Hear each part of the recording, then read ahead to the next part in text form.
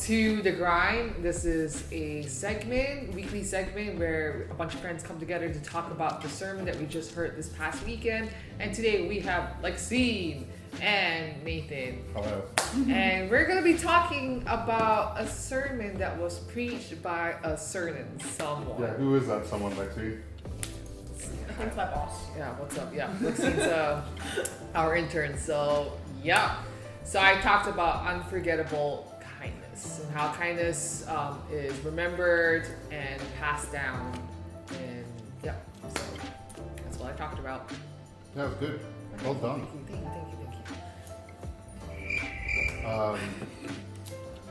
I'm meant to do Icebreaker now, aren't I? Yeah, you are. Cause, That's fine. So for the Icebreaker, I thought we could talk about films where you see kindness as a main theme. I think there are quite a lot of those going around, but yes. Are there any that stuck in your mind? Actually, the past weekend, Netflix suggested for me to watch The Blind Side, and it's one of the movies I've been wanting to watch, but I've just been putting off. So I finally watched it, and yeah, that is actually a great movie about kindness, about this lady who reached out to a kid. I mean, she didn't have to, and you know. And by kid, he's a big kid. Yeah, like 18-year-old kid. Like, I mean, he turned out to be like a football player, American football player, and so she didn't have to. She brought him into her house, in a way, became his legal guardian, and really, poured a lot into him. So yeah, that was really a substantial act of kindness, because yeah, if he was left alone, who knows what would happen. So. That reminds me of like the movie I watched. Like, I watched a long time ago, but it really stuck to me because it's called A Little Princess. Oh yeah, it's a good book. It's based off a book, and It's my kind of movie. Definitely fit it.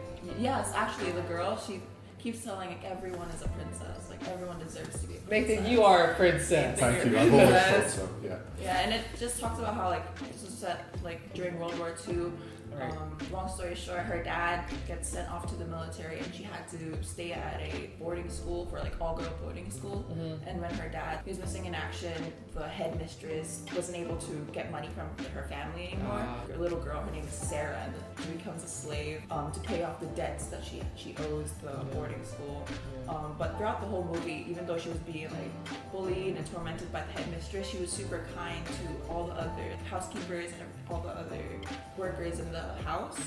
That like when it came time for her to like escape, they all tried to help her.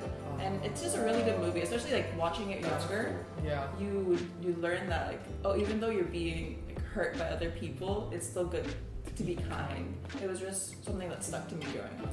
I should watch that movie. It sounds good, actually. It is really good. It is. But yeah, like I've talked about in the sermon, that David had this covenant with Jonathan, and he didn't have to extend it to Mephibosheth. I mean, but then again, he remembered the covenant that he made with Jonathan was that he was going to extend kindness to him and his family, and so obviously his family included Mephibosheth, and I think Mephibosheth did not exactly see it coming. Like, it was unexpected. I mean, dude was like far away doing his own thing, and then suddenly like David's like, oh, I want to show you kindness because of the kindness that I extended to Jonathan.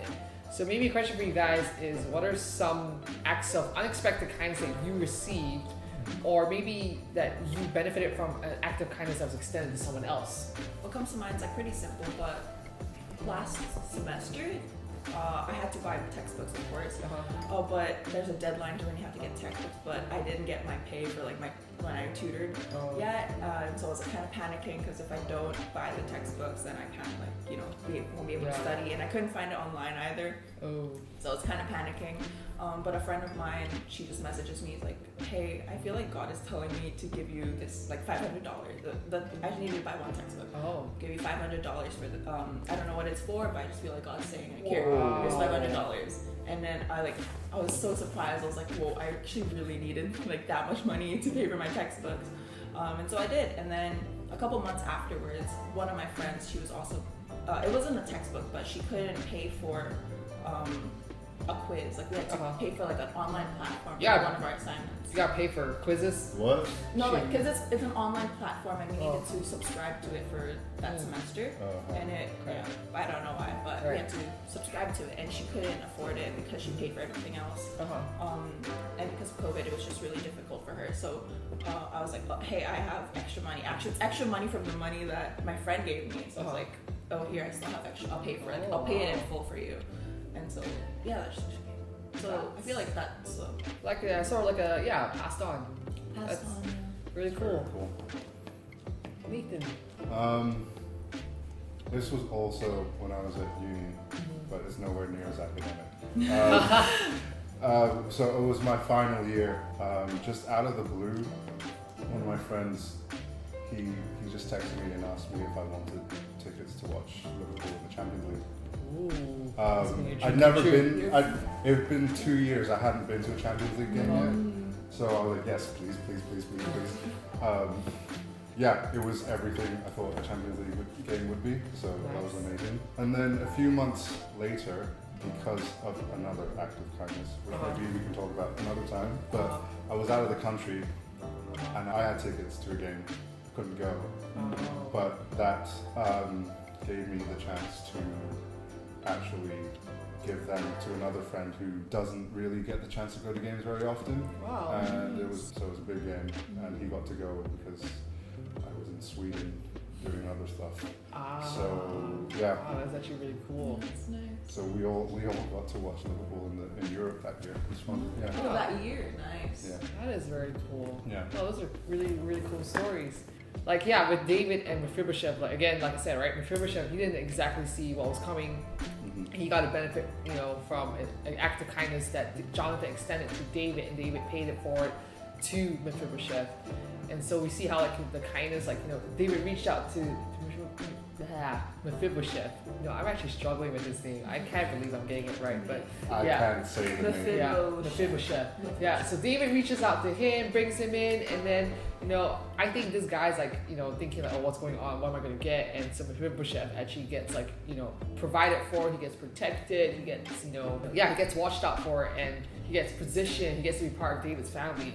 Again, if we were to parallel, like, just, Mephibosheth's life to ours is very similar, right? Like, in a sense, with like him, we have been broken, we have been in a place of spiritually barren, and David is, in a sense, reflecting like Jesus. Jesus didn't have to, right? He reached out to us, and he brought us into his family, and with him, like, we're considered children, and that's just so much confidence that we have that we are safe in his presence, that that we're there, that we're forever part of his family, and that's so great. So, I mean, obviously, like, the kindness that God extends to us doesn't stop at us, right? It's like, like we said, right? We also feel so edified when we extend kindness to others. So, in a sense, like, a challenge is like, how can we be like a David, to the people in our lives, because David remembered, right? He remembered the kindness that Jonathan shared. So, how can we be like a David in our lives as well? So. I think it's like, when we think of David, and especially with this act of kindness and how he treated, what's his name again? Mephibosheth. Thank you. I mean, David, in his capacity as king, right? He can give Mephibosheth basically anything, right? Yeah. Like he had the means to look after him for the rest of his life and look after his family. Yeah. And when I think of that, I think, well, I'm not king except for my own bedroom, maybe, or my own house or something. Your parents would say otherwise. They would. But basically, I don't have his means, but Yeah. I do have my own sphere of influence and what I can do in that. And it's really about the area. heart as well, because David, gave out of his heart, not because he was king, like, oh, because I'm king, I gotta do this. It was because he received that, like, kindness from Jonathan, and it was just like, so meaningful to him, and he basically out of that wanted to bless. So it's really like, what can you do? Do what you can for someone else, and that could be enough, or it could be more than enough for that person. You never know. Yeah. Right? So, hopefully we'll just be on the lookout, keep our eyes open, slow down, see what people's needs are, and, reach out. Because you never know how God's going to use you to really just make someone's day and really bless them. So, yeah. It's exciting. Thanks again for joining us pretty much wraps up our time. So feel free to drop in the comments any questions, feedback. We would love to hear from you. This is a new thing, so we are open to thoughts and suggestions. So thanks for joining us, and we'll see you next time. Bye. Bye.